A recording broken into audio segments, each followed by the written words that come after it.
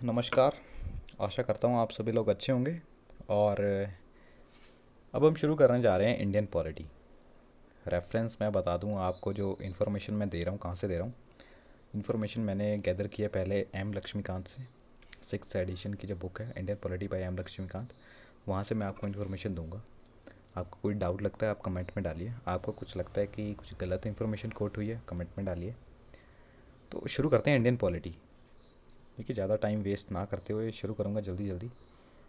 तो आज देखिए, मैं आपको एक ओवरव्यू दूंगा कि हम इंडियन पॉलिटी पढ़ेंगे क्यों। पढ़ते सभी है, सबको पता है, पढ़ेंगे क्यों। तो ओवरव्यू में आपको बताऊंगा कि हिस्टोरिकल बैकग्राउंड कैसे आया हमारा संविधान, constitution, law, everything. After all Indian polity है क्या है। दो ही चीज़ें हैं देखिए इंडियन पॉलिटी में, पता होना चाहिए आपको। आप दो ही चीज़ों के बारे में पढ़ते हैं, कॉन्स्टिट्यूशन और लॉ। संविधान और लॉ। अब क्या करेंगे, किस तरह करेंगे, किस तरह खाएंगे पिएंगे रहेंगे उठेंगे सोएंगे नहाएंगे, ये सारा कॉन्स्टिट्यूशन में लिखा हुआ है। आप एक देश के अंदर रह रहे हैं, आपको किस तरह आपकी डेली रूटीन की लाइफ जीनी है, ये कॉन्स्टिट्यूशन में लिखा हुआ है। अगर आप उस कॉन्स्टिट्यूशन के अगेंस्ट जाते हैं तो लॉ लिख बना हुआ है। तो ये दो चीज़ें सारी है और डिस्कस करेंगे, शुरू करेंगे। लेकिन सबसे पहले मैं शुरू करूँगा ओवरव्यू से। देखिए, ओवरव्यू सबसे पहले मेरा एक छोटा सा सवाल है आपसे, अपने दिमाग में आंसर कीजिएगा कि हमारा संविधान कितने दिनों में बना। जो दो इंडियन पॉलिटी पढ़ते हैं उनके दिमाग में आंसर आ चुका होगा, 2 साल 11 महीने 18 दिन। लेकिन क्या सच में हमारा संविधान इतने दिन में बना था जितना आप सोच रहे हैं? बिल्कुल नहीं। देखिए, इतना दिनों में तो सिर्फ ड्राफ्ट हुआ था ये। It was drafted in 2 years 11 months and 18 days, but it was started to make till 1773। 1773 से बनना शुरू हो गया था हमारा संविधान।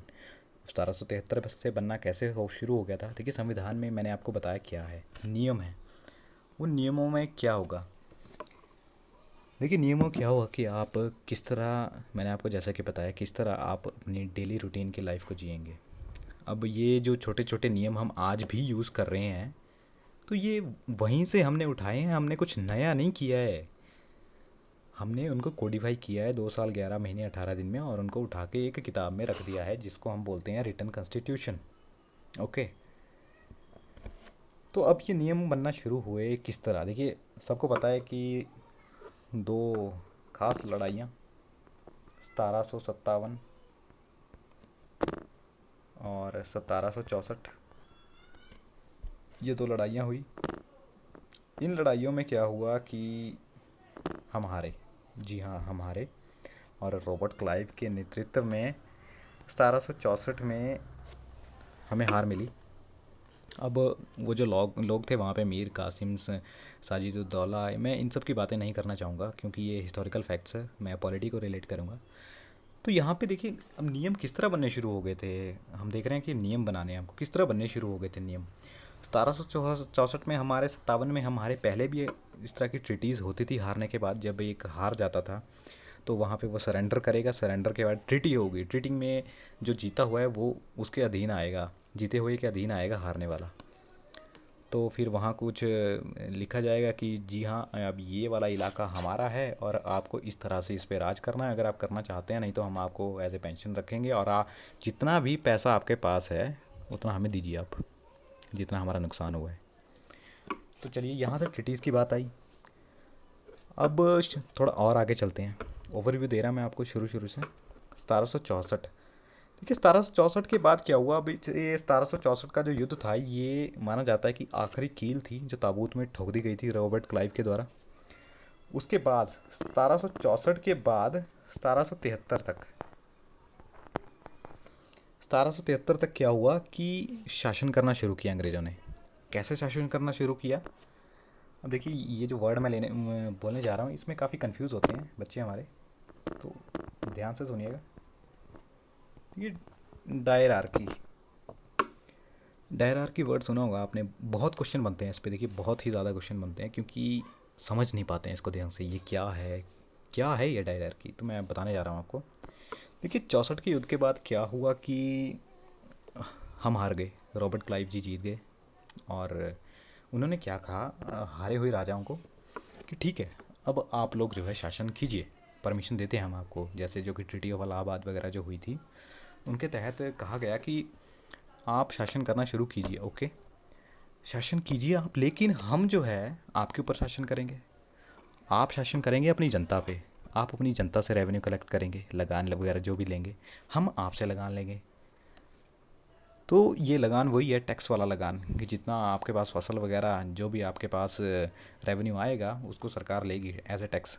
अब टैक्स जो हम यूज़ करते हैं वही तो टैक्स है, कि ठीक है आप कमाइए, उसका कुछ एक हिस्सा हमको दीजिए, हम उस पैसे को आपकी भलाई में यूज़ करेंगे, वही तो टैक्स है।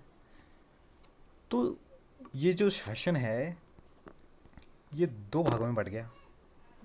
एक तो रेवेन्यू कलेक्ट करेंगे ब्रिटिशर्स, और जो राजा महाराजा है वो शासन करेंगे। किसके ऊपर शासन करेंगे? लोगों के ऊपर शासन करेंगे। तो वहाँ पे क्या हुआ कि शासन होने लग गया। इसी को हम कहते हैं डायरार्की। इसी को हम क्या कहते हैं? डायरार्की। ये रही डायरार्की की बात। अब 1773 आ गया जी, 1773, 1773, 1773 आ चुका है। अब 1773 में ये जो ईस्ट इंडिया कंपनी आई हुई थी, ये ब्रिटेन को जाके बोलती है, या अपने सेंटर को बोलती है कि देखिए ऐसा है कि हमारे पास पैसा ख़त्म हो गया है, हम हो गए हैं जी बैंकरप्ट। विजय माल्या जी। अब कंपनी बोलती है, हैं बैंकरप्ट कैसे हो गए तुम भाई, इतना पैसा तुम कमा रहे हो वहाँ जाके और तुम बैंकरप्ट हो गए। तो अब सवाल निशान खड़े होते हैं यहाँ पर कि ब्रिटेन अब किस तरह आगे क्या करेगा। अब ब्रिटेन, देखिए मैं आपको सबसे पहले आगे जाने से एक बात बता दूं कि ईस्ट इंडिया कंपनी जो है वो थी ब्रिटेन गवर्नमेंट के अधीन। ब्रिटेन गवर्नमेंट ने ईस्ट इंडिया कंपनी को भेजा हुआ था। ब्रिटेन गवर्नमेंट ने ईस्ट इंडिया कंपनी को भेजा हुआ था कि जाइए आप भारत जाइए, वहाँ पे बहुत अच्छे रिसोर्सेज है, बहुत अच्छा मटेरियल है, वहाँ पे जाके आप कंपनीज चलाइए, पैसा वैसा कमाइए और थोड़ा कमा के यार हमको भी टैक्स वैक्स दो, थोड़ा भलाई करेंगे ब्रिटेन की। अच्छा, अब आगे जी ईस्ट इंडिया कंपनी आ गई भारत में। फिर वो जो होने लगा 1600 के बाद की बातें, वो फिर हिस्ट्री में आ जाता है, वो मैं बात नहीं करूँगा। लेकिन हाँ, जहाँ से पॉलिटी शुरू होती है वो रिलेट करना शुरू करूँगा। तो यहाँ पे ईस्ट इंडिया कंपनी आ गई और करने लगी। लेकिन अभी ये जो मैंने आपको बताया लड़ाई के बाद किस तरह शासन करना शुरू किया उन्होंने, तो अब क्या हुआ कि सबसे पहले बता दूं कंपनियाँ आती कैसी है। देखिए ब्रिटेन ने भेजा ईस्ट इंडिया कंपनी को, आप जाइए। अब वहाँ पे वो ऐसे कैसे आ गए भाई, कोई परमिशन तो होगी। देखिए उसी परमिशन को हम कहते हैं चार्टर। पढ़े होंगे आपने चार्टर एक्ट, उसी परमिशन को कहते हैं हम चार्टर। यही वो चार्टर होता है। चार्टर कुछ नहीं होता है, charter is just a piece of paper, ठीक है, जो कि दिया गया था क्वीन एलिजाबेथ, क्वीन एलिजाबेथ के द्वारा दिया गया था चार्टर, कि देखिए अगर आपको कोई पूछे आप क्यों आए हैं, क्या करने आए हैं, ये पर्चा दिखा दीजिए, वो समझ जाएंगे। ओके, अब चलते हैं आगे। अब वहाँ से आए थे तो सब कुछ तो भाई ब्रिटेन के अंडर ही था। अब जब उन्होंने बोला कि बैंकरप्ट हो गए, तो क्वीन एलिजाबेथ ने कहा, मतलब कि जो भी वहाँ पे कंट्रोल कर रहा था कंपनी को वहाँ बैठे बैठे, कि तुम यार ऐसा करो, तुम्हारे बस का नहीं है, तुम चलाओ, हम 2-4 दिन में भेजते हैं अपना बंदा कोई, हम तुम पे नज़र रखते हैं। तुम मूर्ख बना रहे हो हमको यार, उल्लू बना रहे हो तुम साले वहाँ शासन करने थोड़े गए हो, तुम पैसा कमाने गए हो, पैसा कमाओ, टैक्स दो। अच्छा, तो उन्होंने एक बंदा भेजा। ये बंदा आपने नाम सुना होगा, पॉलिटी अगर पढ़ते हैं आप, वॉरेन हेस्टिंग्स। वॉरेन हेस्टिंग्स, जिसको आप क्या बोलते हैं, governor of Bengal, very first governor of Bengal. देखिए गवर्नर क्या होता है, गवर्नर नाम से पता लगाइए ना, गवर्नर गवर्न करने वाला। तो उन्होंने भेजा वॉरेन हेस्टिंग्स को, वॉरेन हेस्टिंग्स को भेजा कि जाइए आप वहाँ जाके देखिए ये लोग कैसे क्या कर रहे हैं, और सारा इन पे नज़र रखिए, कितना पैसा कमाते हैं, कितना कहाँ डालते हैं, फिर हमको पूरी रिपोर्ट दीजिए। वॉरेन हेस्टिंग को भेजा गया। अच्छा, अब वॉरेन हेस्टिंग को अकेले थोड़े भेजा था इन्होंने यार, अकेला बंदा थोड़े चलाएगा वो। बंदे के साथ क्या होता है, हमारे मोदी जी हैं, अकेले थोड़े देश चला रहे हैं।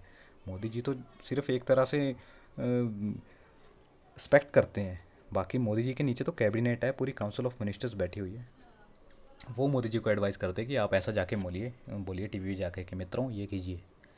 अच्छा, तो वॉरेन हेस्टिंग को भेजा गया और वॉरेन हेस्टिंग के साथ कौन था जी? देखिए वॉरेन हेस्टिंग के साथ थे आपके कितने बंदे? 4 बंदे। ठीक है जी, ये था वॉरेन हेस्टिंग। अभी आ रहे हैं वॉरेन हेस्टिंग, ठीक है।